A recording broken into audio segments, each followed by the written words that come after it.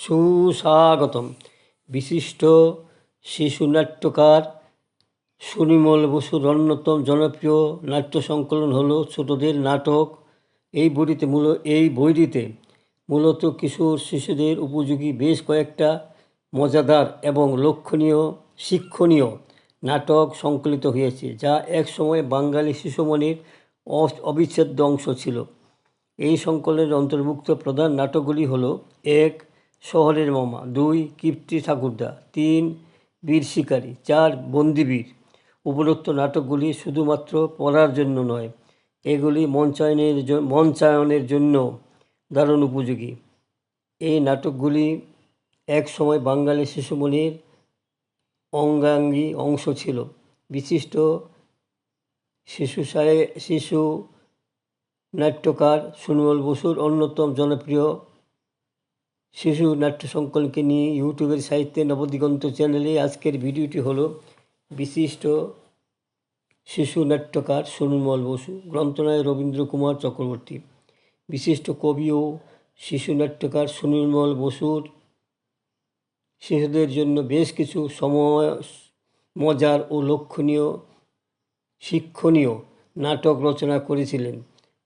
তার কয়েকটি উল্লেখযোগ্য নাটকের মধ্যে রয়েছে আনন্দ নাড়ু এবং বুদ্ধভূতুম। এছাড়া তার রচিত ছোটদের নাটকগুলি সংকলিত করে সংসদ বুকস থেকে একটি স্বতন্ত্র বইও প্রকাশিত হয়েছে। ছোটদের নাটক রচনায় রবীন্দ্রনাথ ঠাকুর ও সুকুমার রায়ের পর যে কয়জন শিশু সাহিত্যিক বিশেষ পারদর্শিতা দেখিয়েছেন, তাদের মধ্যে সুনির্মল বসু একটি অবশ্য উল্লেখ্য নাম। তিনি কেন উল্লেখযোগ্য তা বিশ্লেষণ করতে তার লেখার 3টি মৌলিক সামাজিক ছোটদের নাটক ও একটি ঐতিহাসিক পটভূমিকায় লিখিত ছোটদের নাটকের যথার্থ সাহায্য নেওয়া যেতে পারে। নাটকগুলি: শহুরে মামা, কীর্তি ঠাকুরদা, বীর শিকারী, বন্দিবীর। প্রথম দুটি নাটকের চরিত্র কয়েকজন গ্রাম্য সরল ডানপিটে ছেলে এবং এদের চারপাশে ঘুরতে থাকা উদ্ভট মামা, উদ্ভট ঠাকুরদা, উদ্ভট চাকর। একটি করে ভিক্ষুক বা বৈরাগী জাতীয় চরিত্র এর মধ্যে রয়েছে। চরিত্রগুলো উদ্ভট বলেই তারা এখানেই থাকে, সেখানে জমতে থাকে মজা। অবশ্য সব চরিত্রেই উদ্ভট নয়, সাধারণ চরিত্র আছে, তবে তাদের ভূমিকা শুধু উদ্ভটামি সৃষ্টিতে সাহায্য করে যাওয়া। একটা মূল প্লট অবশ্যই থাকে, আর থাকে পরিণতিতে চমক। সেই চমকে মজা আরও ঘনীভূত হয়। ছোটরা সারা সময় জুড়ে হাসে। নাটক দেখার শেষে মনে যথেষ্ট তৃপ্তি নিয়ে বাড়ি ফিরে যায়। সুনির্মল বসুর নাটকের আরেকটি বৈশিষ্ট্য হলো নামের উদ্ভটত্ব। লঙ্কেশ্বর, বঙ্কেশ্বর, কাহিল দাস, আনুপক্ষ, টুনটুরিয়াম, পীর আলী, ফুরফুর মিয়া, কঙ্কাল সিং, পল্টন সিং, ফেলা, ভজহরি প্রভৃতি নামগুলি নাটকের কৌতুক নির্মাণে যথেষ্ট সহায়তা করে। নামের উদ্ভট তত্ত্ব ছাড়াও শব্দের উদ্ভট তত্ত্ব আছে। সুনির্মল উদ্ভট শব্দের মারপেঁচে ছোটদের হাস্যমুখর করে তুলতে চেয়েছেন। ঘুটঘুটেপুর, উরচুং, মেলেরি, রামসীতা, লালবাগ, লক্করে গোসাই, ক্ষিপ্ররাম, হেমঙ্গ, পাখি প্রভৃতি শব্দগুলি সুনির্মল নাটকে আকর্ষণীয় করে তুলেছে। তার নাটকের প্রেক্ষাপট গ্রাম বাংলা, তাই স্বাভাবিকভাবেই নাটকের মশা, ম্যালেরিয়া, টেরাগি, সার, নারকেলি কুল গাছ, সরভাজা বিক্রেতার তালপুকুর, সাঁতার শেখা, বাঘ, বকনা, বাছুর, চৌকিদার, ঘুটের বস্তা প্রভৃতি প্রসঙ্গগুলি এসেছে। এতে নাটক করার সময় গ্রাম বাংলার ছোটরা তাদের চেনা পরিবেশকেই পাবে। তারা চট করে নাটকে নিমগ্ন হতে পারে। গ্রামীণ শিশুদের সরল চাপল্য তার শহুরে মামা নাটকে প্রাণবন্ত হয়ে ওঠে। নামকরণটা লক্ষ্য করার মতো। এটা দেখে মনে হয় স্বাভাবিক যে নাটকের মধ্যে গ্রাম ও শহরের মধ্যে একটা ঠান্ডা লড়াই এর ব্যবস্থা আছে। নাটকে সুরমল বসু সুনিপুণভাবে সেটা লক্ষ্য করেছেন এবং তুলে ধরেছেন। নাটকের শিশু চরিত্র বঙ্কার গোবিন্দমোহ একেবারে আহেরে শহুরে বাবু। তার চাকর কানে কম শোনে। লঙ্কেশ্বরও এই একটা বিচিত্র চরিত্র। গোবিন্দমামার শহুরে ফাক্কাবাজি গ্রামীণ দানপেটে বঙ্কা গোপীদের কাছে ধরা পড়ে গেছে। এই নিয়েই জমেছে মজার এক আসর। পরিশেষে গোবিন্দমামার শঙ্কর প্রত্যাবর্তনের মধ্য দিয়েই ঘটেছে নাটকের কৌতুককর পরিসমাপ্তি। নাটকটি নিঃসন্দেহে আকর্ষণীয়। কিপ্টে ঠাকুরদার নাটকে আমরা অনেকগুলো গ্রামীণ শিশুকে পাই। তারা হলো যেমন হারু, কানু, মঙ্গল, মন্টু। এদের সাথে সংঘাত কিপ্টে দাদুর। তাই নিয়ে মজাও একটু চমৎকার ও লক্ষণীয় পরিসমাপ্তি। ঠাকুরদা যে ব্যাংকে টাকা জমা রাখত সেই টুনটিরাম ব্যাংক ফেল করে। ঠাকুরদার হতাশ বেড়ে যায়। এর নাটকে আসে একজন হাবাগোবা চাকর, ভজহরি এবং অন্ধ ভিক্ষুক।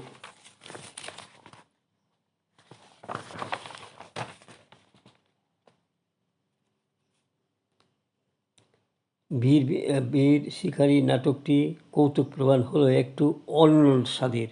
নাটকে দুটি মাত্র কিশোর চরিত্র, ফেলা ও গেলা। এরা কিন্তু মূল চরিত্র নয়, অপ্রধান চরিত্র। প্রধান চরিত্ররা সকলেই বয়স্ক।